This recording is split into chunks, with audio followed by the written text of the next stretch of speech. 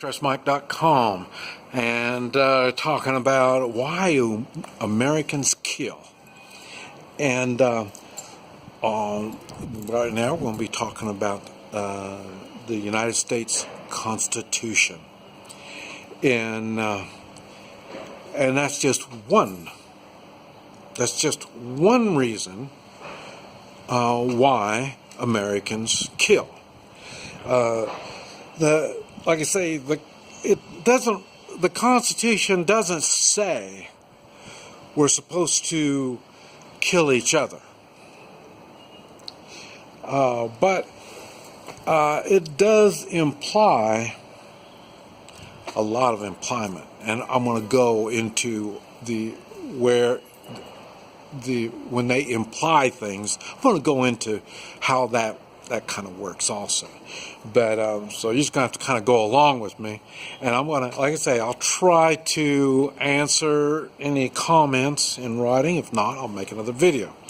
But anyway, now the thing is, our forefathers knew that the people were going to get victimized by whatever type of government.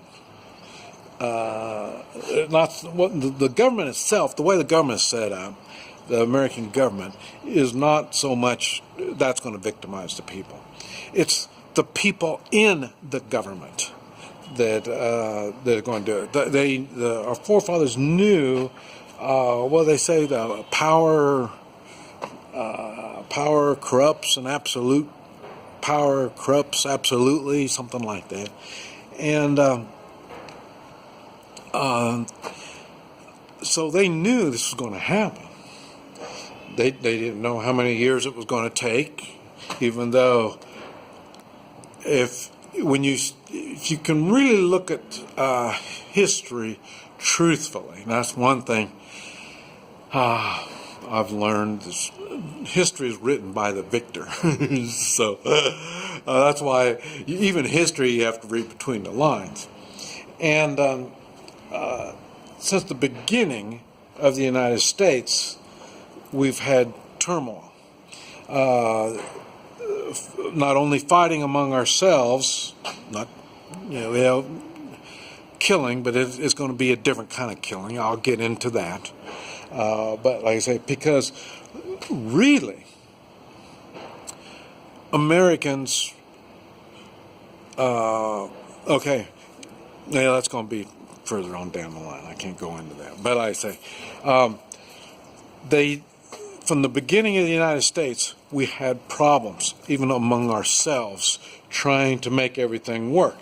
It takes time. And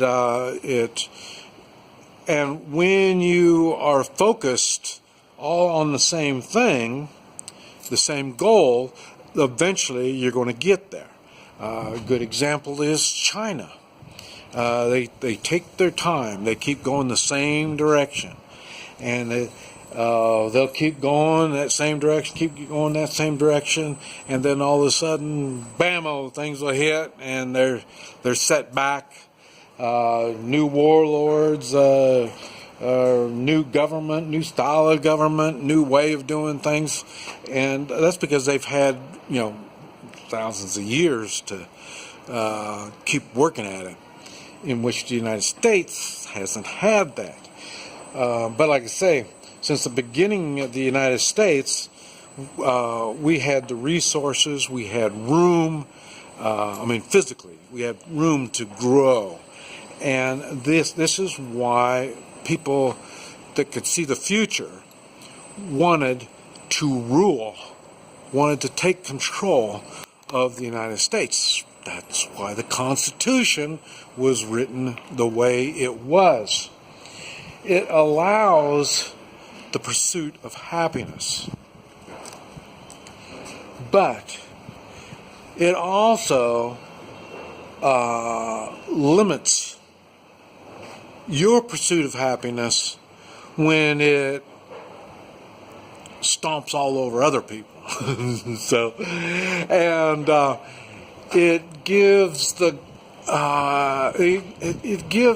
everybody involved a say-so into helping the government regulate how much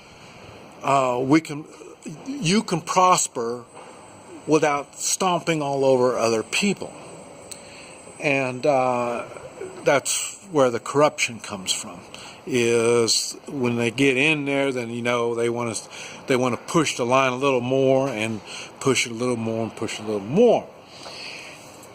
Okay, and you know where this is running to.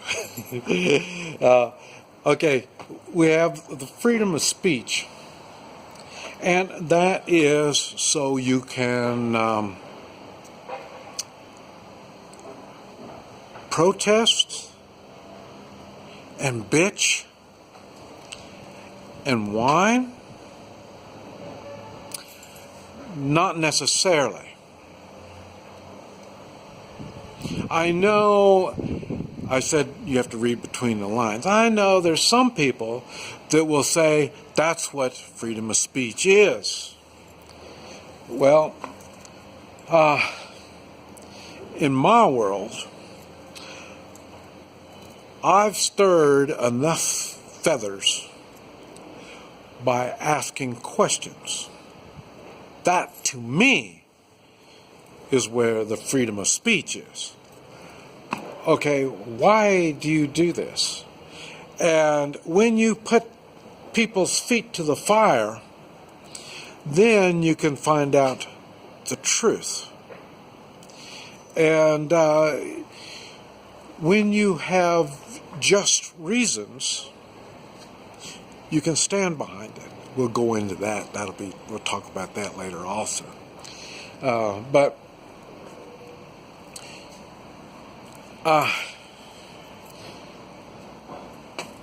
it's not one of the, like I say, like when somebody is sick, they say, well, you've got a tumor. Okay, well, so they want to take care of the tumor. Okay, the tumor or cancer, and the cancer or the tumor is not the problem. It's a symptom. Something happened to allow that to grow. Okay. So, what's happened is they think freedom of speech is so the media can tell us propaganda, non-truth, and we are supposed to buy it. And this is what's happened, is the media is that part of the problem. And what they do is they try to say, we have freedom of speech. It's not freedom of speech. When you knowingly lie, that's 你好. Oh yeah, make pictures. So yeah. Okay. So when you knowingly say things, we used to have slander. If in certain cases, it could be even worse than that in other cases. And we've got to the part now where the media, the so-called media, is awful close to doing treasonous activities. I mean, not only they don't forward the truth, but they fabricate. Yeah, they make shit up to get a certain political agenda done. And see, the freedom of speech wasn't meant for political use. Kind of like well,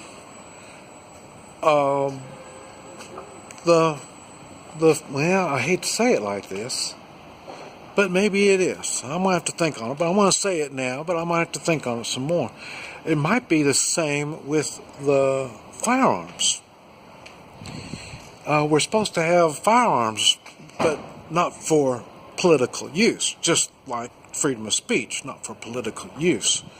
And you later on, I'll explain more. Let's see the time. Yeah, I'll explain more about what I'm talking about on that. All this I'm going to be clarifying somewhere down the line here. If not, if I forget it, then that you'll make the comment, and like I say, I will clarify it. But like I say, we have these things in our Constitution, and that is to make sure who's ever governing limits their power, not the American, his power. So anytime any so-called American wants to limit your speech, asking a question, and not just want some bullshit answer, they want it clarified. And they try to do something with your firearms. That's a hint. They're telling you they are not Americans. That was part 2. We're going to go to part 3 now. This is Mike, NoStressMike.com.